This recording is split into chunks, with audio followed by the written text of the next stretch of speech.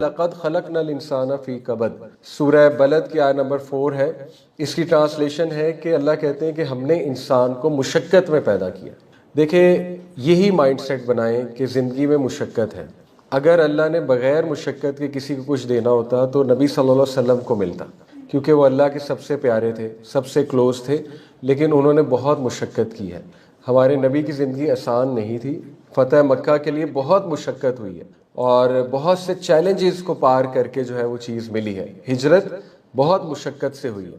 तो ये माइंडसेट के साथ जाएं कि कोई भी शॉर्टकट ज़िंदगी में नहीं होता।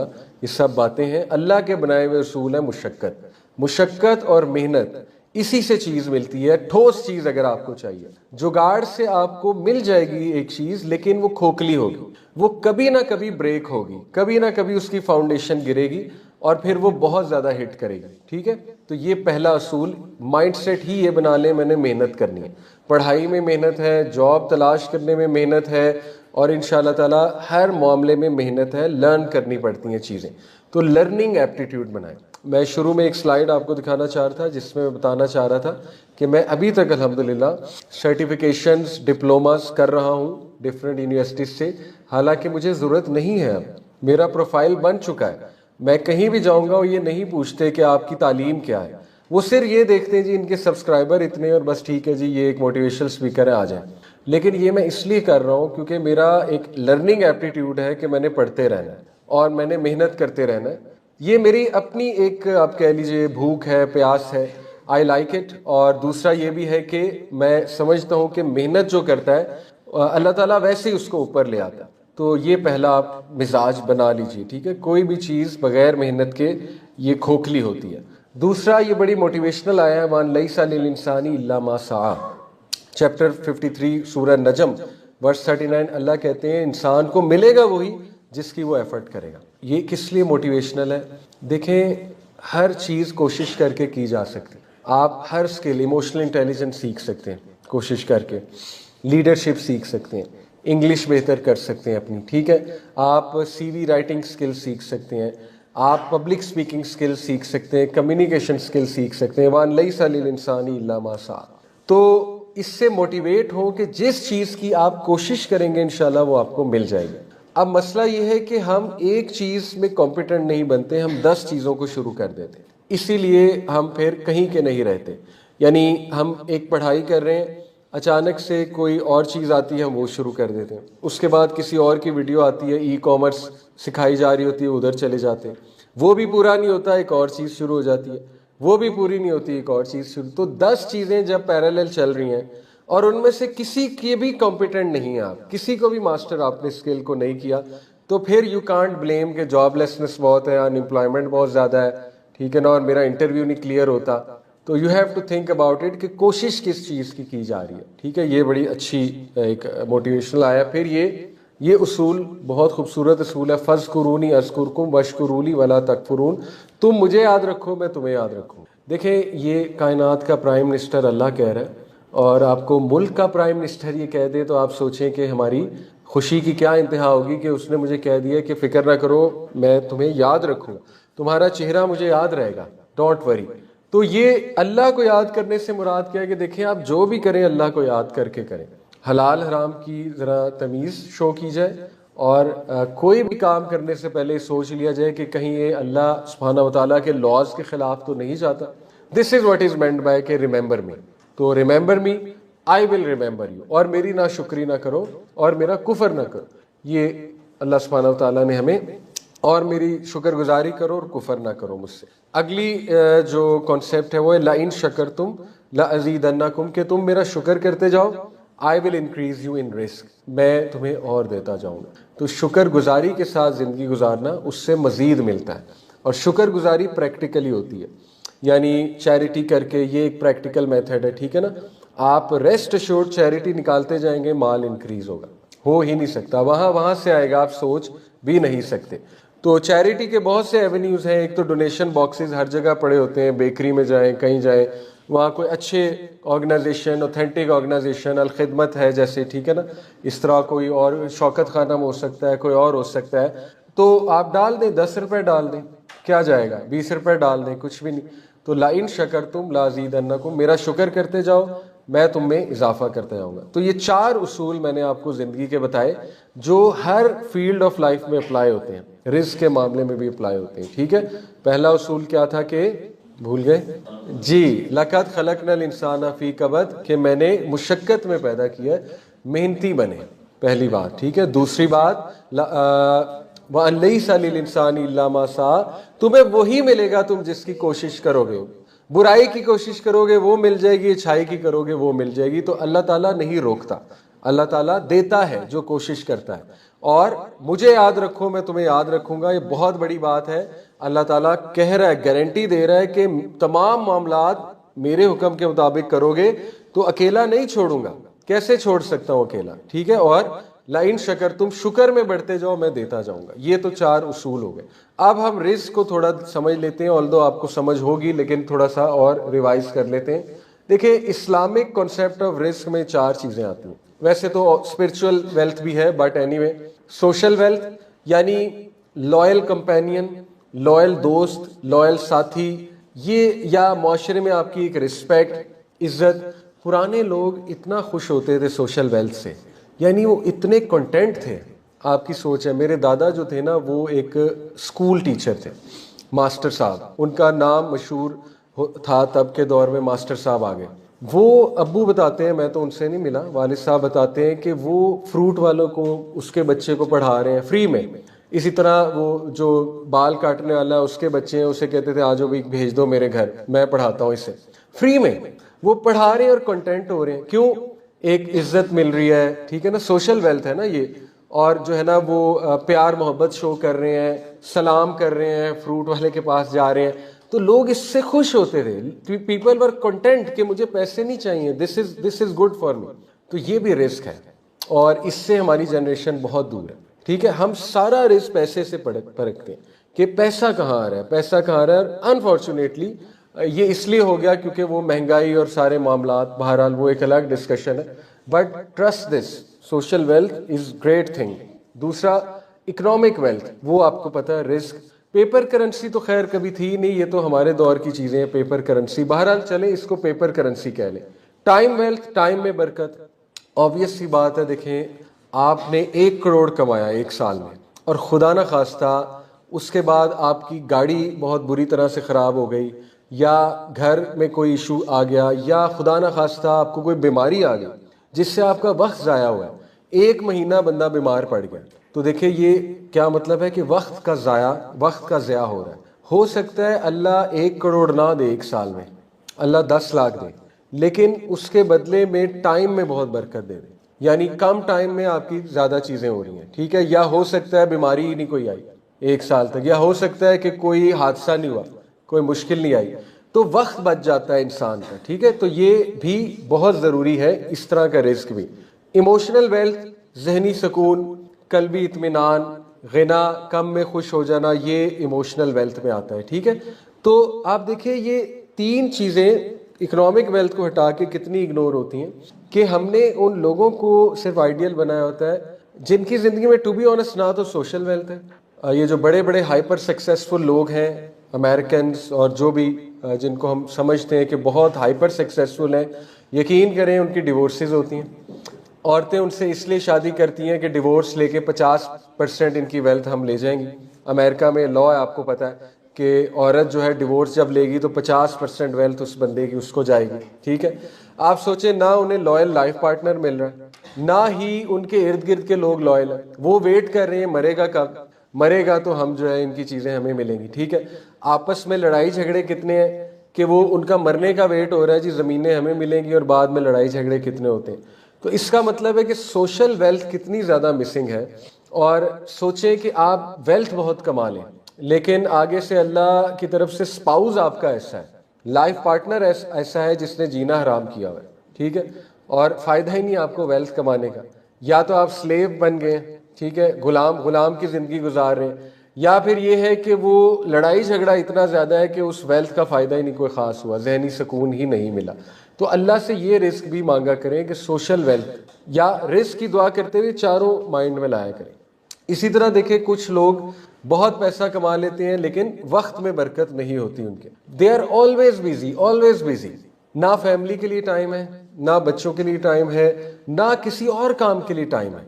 देखिए वन ऑफ द थिंग्स जो स्कॉलर्स कहते हैं ना कि नाउज़ुबिल्लाह, अल्लाह माफ़ करे, जब अल्लाह किसी से नाराज़ होता है ना, अल्लाह उनसे तौफीक छीन लेता है नेक अमाल की।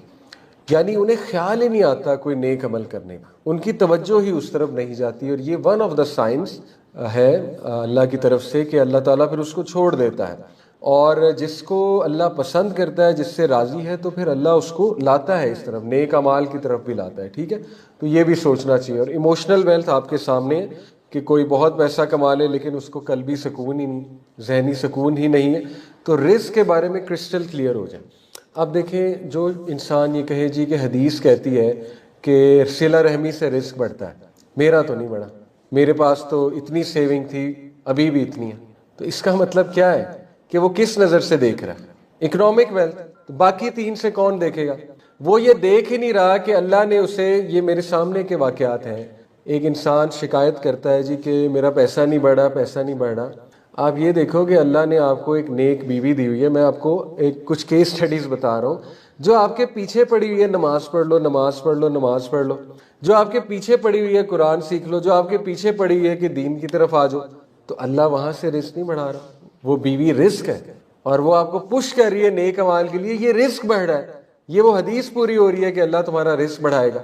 फिर हो सकता है अल्लाह ने आपको बहुत फरमा, औलाद को मजीद फरमा बरदार कर दिया, सिला रहमी की और औलाद फरमा बरदार होगी, उस नज़र से कौन देखेगा? वहाँ से रिस्क नहीं बढ़ रहा। इसी तरह कोई कह सकता है जी कि हदीस में जी कि शादी करके रिस्क बढ़ता है, मेरा तो नहीं बढ़ा। तो भाई आपका नहीं बढ़ा से क्या मुराद है? मतलब पैसे नहीं बढ़े? इंशाल्लाह पैसे भी बढ़ेंगे, अल्लाह रसूल के बातों पे ट्रस्ट है तो, अगर तवक्कल है। लेकिन ज़रूरी तो नहीं ना कि पैसा ही बढ़ जाए, हो सकता है वक्त में बरकत आ गई हो। किसी और एंगल से भी तो देखना चाहिए ना चीज़ को। तो इसलिए मैं आपको ये क्रिस्टल क्लियर कर रहा हूँ कि रिस्क के बारे में क्रिस्टल क्लियर हो जाए। अब कुछ चीज़ें जिनका ख्याल रखना चाहिए रिस्क के मामले में और कमाने के मामले में, वो मोटे मोटे उसूल इस्लाम के क्या हैं। Number 1, attitude wise self reliance based confidence से बचें, यानी मुतकब्बिराना रवैये से बचें, हम्बल रहें। हम्बल इंसान बहुत ऊपर जाता है।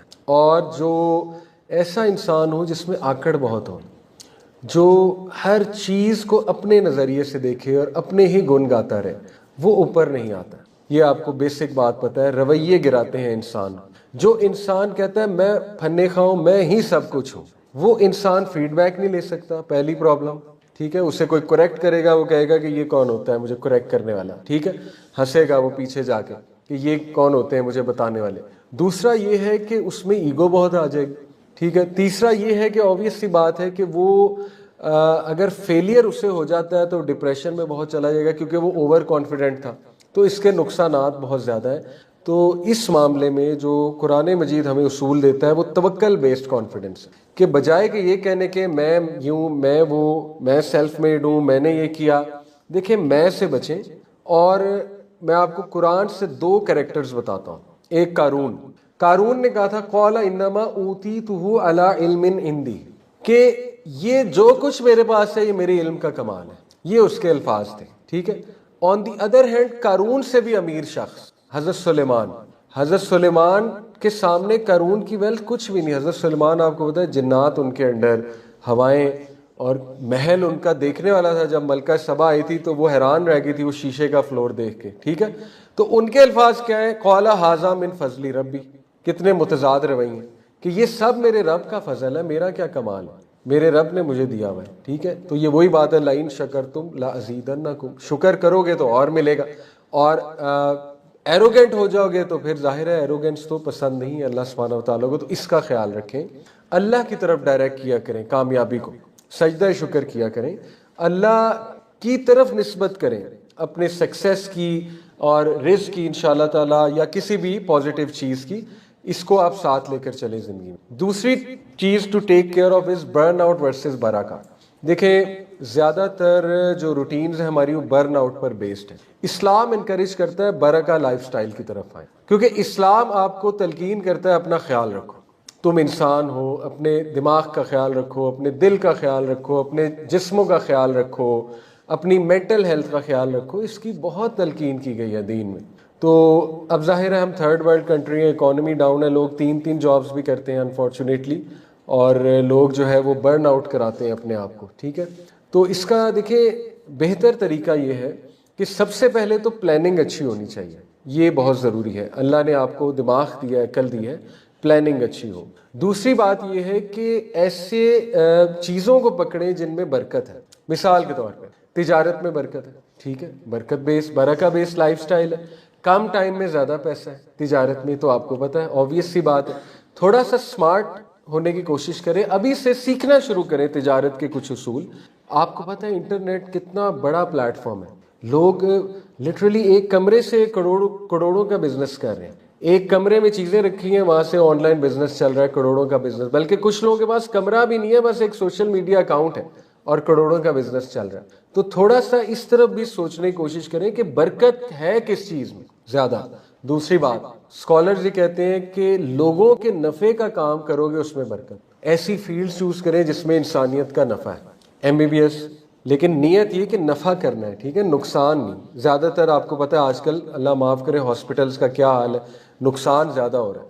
तो ये भी रूल है कि नफ़ा वाला काम चूज करोगे बरकत ज़्यादा होगी। अब्दुर्रहमान बिन औफ की केस स्टडी आपके सामने। अब्दुर्रहमान बिन औफ रज़ियल्लाहु अन्हु, उनके भाई नवीस ने साद बिन मुआज बनाए थे, साद बिन उबैदा, इनमें से कोई एक है। दोनों अमीर थे। देखिए नवीस में जो पेयरिंग की थी ना, वो बड़ी स्मार्टली की थी, अंसार और मुहाजिरीन की जो मुआखात है, भाईचारा, उसमें पेयर्स बनाए थे। अब्दुर्रहमान बिन औफ का पेयर इंतहाई अमीर इंसान के साथ था, क्योंकि अब्दुर्रहमान बिन औफ बहुत अमीर थे। जीरो पे थे वो, जीरो पे, मदीना में सब कुछ वो छोड़ आए थे, जीरो से स्टार्ट किया उन्होंने। साद रज़ियल्लाहु अन्हु ने कहा कि आप बताइए, मैं आधा घर आपको देता हूँ, आधी जमीन आपके नाम करता हूँ। यहां तक इतना जोश था, कहते कि मेरी 2 बीवियां एक तलाक देके आपसे शादी करा दे। ये बस उनका जोश था, ठीक है, यानी इस लेवल पे वो चले गए। हजरत साद बिन मुआज थे गालिबन। तो अब्दुर्रहमान बिन औफ मुस्कुराए, उन्होंने कहा कि just show me the way to the market, यानी उन्होंने इतनी डिग्निटी दिखाई। उन्होंने कहा आप ना ऐसा करें, मुझे बस मार्केट का रास्ता दिखा दो। तो फिर साद उन्हें मार्केट लेकर गए, उन्होंने सर्वे किया, और जाहिर है जो लूप होल उन्हें नजर आया होगा, बहुत स्मार्ट थे अब्दुर्रहमान बिन औफ, तो उन्होंने फिर डेयरी प्रोडक्ट्स से काम शुरू किया। डेयरी प्रोडक्ट्स, खालिस दूध, खालिस जो डेयरी प्रोडक्ट्स थे वो उन्होंने बेचना शुरू किया। और ये स्कॉलर्स कहते हैं नफ़ा बख्श काम है। किसके लिए? इंसानियत के लिए। आप कोई लूप होल माशरे में ढूंढेंगे जहाँ पे हलाल चीज़ सही से नहीं मिल रही या नफ़ा बख्श चीज़ सही से नहीं मिल रही, आप उस पर सोचना शुरू करेंगे, आप देखें अल्लाह की तरफ से ज़रूर बरकत आएगी। हो ही नहीं सकता बरकत ना आए। तो देखें उन्होंने वो सोचा, वहाँ से बरकत आई। उसके बाद वो उनका नेक्स्ट बिजनेस क्या था? उनका नेक्स्ट बिजनेस था स्पेयर पार्ट्स, घोड़ों के, ऊँटों के, जैसे गाड़ियों के स्पेयर पार्ट्स हो। उन्होंने छोटी छोटी चीज़ें जो है ना वो सेल करना शुरू की, जैसे हॉर्स सैडल होता है, आपको पता है वो ऊँट पर लगने वाला पूरा एक सामान होता है, फिर वो हॉर्स शू होता है, ठीक है, वगैरह वगैरह, वो उन्होंने बेचना शुरू किया और अल्लाह ने बहुत बरकत दे दी। देखें अब इसमें किसका नफ़ा है? जानवरों का। जानवर के हॉर्स शू लगेगा, उसके पाँव को कम नुकसान होगा, अच्छा आप बेचेंगे, ठीक है। इसी तरह जो है जानवर की ईज़ के लिए कोई अच्छी चीज़ डिज़ाइन कर देंगे, उसमें बोझ ज़्यादा ना आए। आप देखिए वो किस तरह, किस एंगल से जा रहे हैं अब्दुर्रहमान बिन औफ, और इतनी बरकत अल्लाह ने दे दी कि उन्होंने अब तीसरा बिजनेस स्टार्ट किया, वो था रेंट आ कार, रेंट आ कैमल, रेंट आ हॉर्स, ठीक है। उन्होंने रेंट पे देना शुरू कर दिया, वो भी इंसानों के नफ़े के लिए था। कैसे? कि अच्छे रेंट पे दूंगा, लोग बिजनेस करेंगे। कितने लोगों को वैसे ही दे देते थे कि जी मैंने लेट से कोई आता था रेडी लगानी, ये लो जी रेडी ले लो मेरे से, मैंने जो है बिजनेस शुरू किया है, मुझे गधे की ज़रूरत है ताकि मैं कोई सामान कारपेट वगैरह लेकर जाऊँ, ये लो जी, मुझे घोड़े की ज़रूरत है, ये लो, किस्तों पे दे देना, कोई मसला नहीं, कर्ज हसना दे दिया। हज़रत आयशा सिद्दीक़ा कहती हैं कि Abdurrahman bin Auf 1/3 of his wealth उससे मदीना चल रहा था। मदीना की पूरी स्टेट अब्दुर्रहमान बिन औफ की वेल्थ से चल रही थी, इतने वो अमीर थे, स्टेट के कामों में लगते थे उनके पैसे। दूसरा 1/3 ऑफ द पैसा उनका जाता था मसाकीन को, चैरिटी, ठीक है ना, और मुख्तलिफ। तीसरा उन्होंने कर्ज दिए हुए थे लोगों को, कर्ज हसना, 1/3 ऑफ हिज वेल्थ कर्ज था। लोग आते थे, मांगते थे, दे देते थे। इसके बावजूद $700 बिलियन थे नेटवर्थ जब वो फौत हुए। 7 बिलियन है, 700 मैं शायद थोड़ा भूल रहा हूँ, एनीवे यानी billions of dollars you can say. At his death bed he was owner of $1 billion. How come इतना पैसा खर्च हो रहा है, इतना पैसा खर्च हो रहा है, इसके बावजूद इतना पैसा है मरने से पहले। बहरहाल अल्लाह ने दिया उन्हें, ठीक है। मैं आपको सिर्फ मोटिवेट करने के लिए बता रहा हूँ कि बरका बेस्ड लाइफस्टाइल की तरफ आए, नफ़ा बख्श काम की तरफ जाएं। आप देखिए माशाल्लाह लोगों को पढ़ाना कितना नफ़े का काम है। Teaching is a very good profession, doctor is a very good profession, nursing is a very good profession. और उसके साथ साथ कुछ और जहन लड़ा के बिजनेस करेंगे, अल्लाह उसमें बरकत देगा। अलॉन्ग विद द जॉब ज़रूर देगा। कोई ऑनलाइन काम शुरू करेंगे क्योंकि आप ऑलरेडी लोगों की खिदमत में लगे हुए, ठीक है। तो Allah will take care of other affairs इंशाल्लाह ताला। ऐसी ऐसी चीज़ें होती हैं लोगों के साथ कि वो अप्रिशिएट नहीं करते। देखिए वो बहुत ऑनेस्टी के साथ जॉब कर रहे होते हैं और वो रिश्वत नहीं लेते, और लोग उनके आके ना कानों में वसवसे डालते हैं कि भाई तेरी फैमिली कैसे चलेगी, तू रिश्वत नहीं खाता, ठीक है ना, तूने पैसा नहीं लिया, ये वो रियलाइज नहीं करते कि अल्लाह ने उनके माँ बाप को सेहत दी हुई है। जो रिश्वत खा रहा है, अल्लाह माफ़ करे, उसके घर में कैसे कैसे मसाइल होंगे आप सोच भी नहीं सकते। बाकी अल्लाह आसानी करे, लेकिन ये भी तो रियलाइज करें कि Allah has taken care of so many things because of your honesty. माँ बाप को सेहत दी हुई है अल्लाह ने, माँ बाप आपके सामने है, कोई बीमारी नहीं है उन्हें बड़ी, बच्चे आपके सामने हैं, खेल रहे हैं। और रिस्क क्या होता है? रिस्क ये नहीं तो फिर रिस्क और क्या है? लड़ाई झगड़ा नहीं है आपके घर में, ये रिस्क नहीं है तो ये क्या है? दुश्मन नहीं है आपका कोई, ये रिस्क नहीं तो ये क्या है? वो लोग जो रिश्वत खाते हैं, दुश्मन कितने उनके, कभी आप जरा उनकी लाइफ जाके स्टडी करें, उनके मामलात कितने खराब हैं, ये भी तो स्टडी करें ना। पैसा तो आ गया, लेकिन आगे से ये जो मसाइल आए हैं, 10 मसाइल, वो कौन देखेगा? तो बरका बेस्ड लाइफस्टाइल की तरफ आए, सुबह का टाइम कैच करें। हाइपर सक्सेसफुल मैन की केस स्टडी है कि वो सुबह काम करते हैं। देखें हम ये नहीं कह रहे कि आप सुबह सुबह जॉब शुरू कर दें, 6 बजे उठें और कोई जॉब शुरू कर दें, लेकिन सुबह उठ के बिजनेस प्लान तो कोई बनाया जा सकता है ना। सुबह उठ के ऐसे ऐसे आइडियाज आते हैं, आपकी सोच है, उसमें 4 घंटे में वो काम हो सकता है जो 15-15 घंटे लेता है। तो इस्लाम बर्नआउट को इनकरेज नहीं करता, बरका को इनकरेज करता है। फिर ऐसे ऐसे अज़कार बताए हैं नबी सल्लल्लाहु अलैहि वसल्लम ने जिससे बरकत आती है। बिस्मिल्लाह पढ़ के काम करें, बरकत आएगी। घर से निकलते हुए बिस्मिल्लाह तवक्कलतु अल्लाह ला कुव्वता इल्ला बिल्लाह पढ़े, बरकत आएगी, ठीक है। लोगों के साथ ऑनेस्टी से चलें, बरकत आएगी। तो इस पे रिसर्च करें, ये मेरी आपको नसीहत है। आप सबसे पहले इस्लामिक बरका लाइफस्टाइल को सर्च करें, वो क्या है। और मैंने कुछ तो बता दी कि लोगों के नफ़े का काम करो, उससे बरकत आएगी। वो अज़कार, वो दुआएं करो जिससे बरकत आती है इंशाअल्लाह ताला। फिर ये है कि बिज़नेस की तरफ जाओ, उसमें इंशाअल्लाह ताला अल्लाह की तरफ से बरकत है, ठीक है। और ये कि सिला रहमी करो, उसमें बरकत है, वगैरह वगैरह, so on and so fourth. तो देखिए नबी ने सेल्फ केयर का हुक्म दिया, अपना ख्याल रखो, इसीलिए स्मार्ट चलो। मैं आपको मज़े की बात बताता हूँ, ये दुआ, अल्लाहुम्मा ला तजअल दुनिया अकबर हम्मिना वला मबलगा इल्मिना। ये एक मेरे दोस्त है बहरिया टाउन में, माशाल्लाह काफ़ी अल्लाह ने उन्हें दिया है। तो वो अक्सर ये बात करते हैं कि मेरी माँ मेरे लिए दुआ किया करती थी और अभी भी करती हैं। पंजाबी में कहते थे कि मेरे पुत्र नू अल्लाह रिज़्क दें जिसमें मेहनत ना इतनी करनी पड़े, आसानी से मिलने वाला रिज़्क दे दे। तो बड़ी बात है, ये भी तो एक विजन है ना। आप अल्लाह से दुआ करें, देखिए क्या है, ए अल्लाह इस दुनिया को मेरा बिगेस्ट दर्द सर ना बना दें, और इस दुनिया के ही नॉलेज को मेरी नॉलेज की लिमिट ना बना दें। देखिए कितनी खूबसूरत दुआ है कि अल्लाह मैं नहीं चाहता कि मैं खप जाऊं इसी दुनिया में, मैं नहीं चाहता कि मैं ख़त्म हो जाऊं, बर्न आउट हो जाऊं रिज़्क के चक्कर में। तो ये दुआ आप ज़रूर किया करें, या उर्दू में कर लिया करें कि अल्लाह आसानी से मिलने वाला रिज़्क दे, थकाने वाला रिज़्क जो है वो मेरी किस्मत में ना हो, जिससे मेरी आखिरत भी जाए, दुनिया भी जाए। दुनिया किस सेंस में जाए कि सेहत भी जाए, मेंटल हेल्थ भी जाए, मेंटल पीस भी जाए, और एंड में मिले भी कुछ ना। देखिए कितना बड़ा लॉस है, बहुत बड़ा लॉस है, ठीक है। तो ये भी आपने इसका ख्याल रखना है। अगली बात, ये भी बरका बेस्ड लाइफस्टाइल है। नबी ने फरमाया, अगला पार्ट सुना देता हूँ हदीस का, आप खुद पढ़ें। Whoever is concerned about the hereafter, Allah will settle his affairs, पहला फायदा। दूसरा फायदा, make him content, contentment देगा, emotional wealth. Number 3, the world will come to him although he is reluctant for it, दुनिया खुद चल के आएगी उसके बाद, जबकि वो दुनिया के पीछे नहीं जाना चाहेगा। और ये सहाबा की केस स्टडी आपके सामने है। अनस बिन मालिक रजी अल्लाह ताला अन्हु, नबी सल्लल्लाहु अलैहि वसल्लम को सर्व किया उन्होंने एज ए गुलाम। अनस बिन मालिक की वालदा नबी सल्लल्लाहु अलैहि वसल्लम के पास से कहा, या रसूलल्लाह मेरे बच्चे को दुआ दें।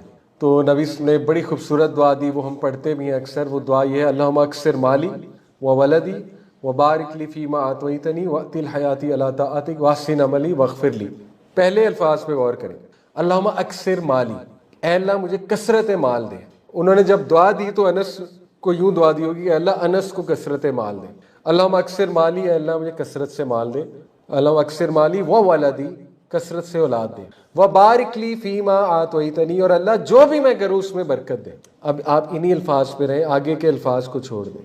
ये नबी सल्लल्लाहु अलैहि वसल्लम की दुआ है हज़रत अनस के लिए। सहाबा कहते हैं हज़रत अनस की उम्र सबसे ज़्यादा 104 साल। हज़रत Anas lived a long life 104। हज़रत अनस के कोई मेरे ख्याल 40 प्लस बच्चे थे, 40 प्लस, ठीक है, औलाद, और शादियां भी ज़ाहिर है बहुत होंगी। और हज़रत अनस बिन मालिक सहाबा कहते हैं कि हम सब में सबसे जो फ्लरिश किया, विद इन ईयर्स फ्लरिश किया, यानी बहुत अमीर हो गया, वो अनस था, अनस बिन मालिक रज़ियल्लाहु अन्हु। बहरहाल ये दुआ भी करनी चाहिए इंसान को, मैं आपको दुआएं बता रहा हूँ। तो वजह क्या थी? वजह यही थी कि देखें, जो आखिरत को कंसर्न बना लेता है ना, Allah takes care of him. चले हम अनस बिन मालिक की मिसाल तो उस दौर की है ना, आप करंट मिसालें ले लें, जुनैद जमशेद रहिमहुल्लाह, तो उनकी मिसाल कितनी बड़ी है। आप देखें कि जब उन्होंने वो कॉन्ट्रैक्ट ठुकराया, उनका एक ज़ाहिर नैरेटिव था कि मैंने नहीं जाना वापस उस इंडस्ट्री की तरफ, तो वो खुद बताते हैं मैं सड़क पे आ गया था। लेकिन आप देखें अल्लाह ने इंतज़ाम कैसे किया। जे डॉट आपको पता है अभी बहुत बड़ा ब्रांड है, और उनकी फैमिली, उनके बच्चे माशाल्लाह, Allah is taking care of his sons, वो अभी तक जे डॉट में है, उनके बच्चे। तो ये तो आपको आज की केस स्टडी मैं बता रहा हूँ, पुरानी केस स्टडी को छोड़ें कि अल्लाह किस तरह जो आखिरत को अपना कंसर्न बना लेगा, Allah will take care of that person. Mufti Tariq Masood अपनी केस स्टडी बहुत बताते हैं। वो कहते हैं मैंने कभी सोचा भी नहीं था कि मैं दुनिया के इतने ममालिक फिर लूँगा। मेरे पास तो पैसे ही नहीं, जहाज़ के टिकट के नहीं है, वीज़ा के नहीं है। अभी 12-13 ममालिक को कहते हैं मैं फिर चुका हूँ। अमेरिका चला गया हूँ, कनाडा चला गया हूँ। बहरहाल वो तो एक आलिम है, वो तो एक थोड़ा सा एक्सेप्शनल केस स्टडी है। लेकिन मैं आपको बताना ये चाह रहा हूँ कि ये बिल्कुल सही बात है कि अल्लाह ताला फिर इंशाल्लाह दिखाएगा आपको, जब आप अल्लाह ताला के अहकामात पे अमल करेंगे। इसी तरह इसका ख्याल रखें कि वही बात है, देखिए इसने ना कहा कि अल्लाह को ऐसा इंसान पसंद नहीं है जो रात को जिंदा लाश है, who is rotten corpse by night, सख्त अल्फाज है लेकिन हमारे तरगीब के लिए, and works like a donkey by day, गधे की तरह वो सुबह काम करता है, रात को लाश की तरह सो जाता है। नॉलेजेबल इन वर्ल्डली मैटर्स, दुनियावी मामलात में बहुत नॉलेज है, and ignorant of the matters of hereafter, उखरवी मामलात में नॉलेज ही कोई नहीं। तो ये भी लम्हा है फिक्रिया।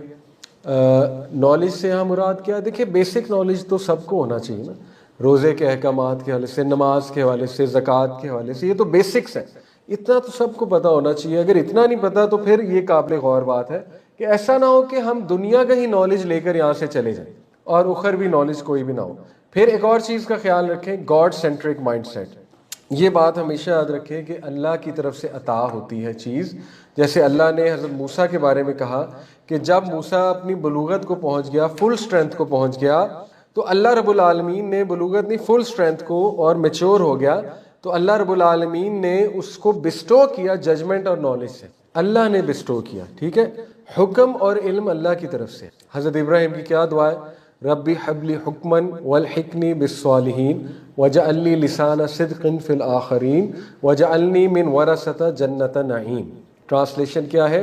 रब्बी हबली हुक्मन वल्हिकनी बिस्सालिहीन, ऐ अल्लाह मुझे हुक्म और इल्म अता फरमा और मुझे नेक लोगों की कंपनी अता फरमा। वजअलनी लिसाना सिद्क़िन फिल आखरीन, और ऐ अल्लाह जितने भी लोग क़यामत तक आने वाले हैं उनकी ज़बानों पे मेरा पॉजिटिव जिक्र जारी कर दे। सुभान अल्लाह, ऐसी कबूल हुई है ये दुआ। अल्लाहुम्मा सल्ली अला मुहम्मद व अला आलि मुहम्मद कमा सल्लैता अला इब्राहीम व अला आलि इब्राहीम। इब्राहिम सलाम का नाम ऐसा जारी किया अल्लाह ने कि नमाज में, हर नमाज में, ठीक है। तो ये खूबसूरत दुआ है। और वजअलनी मिन वरसता जन्नत नईम, और मुझे या अल्लाह जन्नत का बाशी बना दे, मुझे जन्नत का बासी बना दे, जन्नत मुझे दे दे, ठीक है। तो इसमें इल्म और हुक्म का ही तज़किरा है, तो ये दुआ भी आपको मांगनी चाहिए। इसी तरह ये यूसुफ इस्लाम के भी बारे में भी अल्लाह ने कहा ना कि यूसुफ को हमने व कज़ालिका मक्कन्ना लियूसुफ़ फिल अर्ज़, हमने एस्टैब्लिश करा दिया, स्कोप बना दिया उसका उस जगह पे। देखिए स्कोप अल्लाह की तरफ से, बी वेरी क्लियर। ये जुमला ठीक नहीं है, इसका स्कोप नहीं है, उसका स्कोप नहीं है। आपको कैसे पता स्कोप नहीं है? आप कॉम्पिटेंसी से वो चीज़ करें, स्कोप अल्लाह बनाएगा। बरका बेस्ड लाइफस्टाइल पे चलें, मेहनत करें, ठीक है। लक़द ख़लक़नल इंसान फ़ी कबद शुरू में बताया, मेहनत करो, स्ट्रगल करो, स्कोप अल्लाह बनाएगा। ऐसी ऐसी चीज़ों का स्कोप अल्लाह बना देता है कि आपकी सोच है, क्योंकि अल्लाह देने वाला है, राइट। तो इसको याद रखें। इसी तरह इस चीज़ का ख्याल रखना है कि हराम और हलाल का ख्याल रखा जाए और डाउटफुल चीज़ से बच जाए। देखें, ये सवाल क्रिप्टो हलाल है हराम है, बिटकॉइन हलाल है हराम है, अभी इस पे डिस्कशन चल रही है उलमा की, लेकिन इतना क्लियर है कि ये डाउटफुल है। प्राइस बॉन्ड आपके सामने है, डाउटफुल चीज़ है, ठीक है। डाउटफुल से बच जाए, हराम से बच जाता है, ये एक एहसन दर्जा है। तो ये हदीस भी यही कह रही है कि देखो, तुम डाउटफुल के करीब भी जाने से बचो, for fear of falling into हराम। इसको भी आप ज़रा ज़िंदगी का रूल बना लें कि डाउटफुल को मैं छोड़ ही दूँ तो बेहतर है, इल्ला ये कि कोई ऐसी गुंजाइश निकल आए कि स्कॉलर आपको कोई फतवा दे दे, वो एक अलग बात है, लेकिन बचने की ही कोशिश की जाए। और एक और चीज़, अबू बकर सिद्दीक जब खलीफा थे तो उनकी कोई चीज़ गिरी कैमल से, उन्होंने खुद उठाई, तो साहबा ने उन्हें नसीहत की कि अमीरुल मोमिनीन आप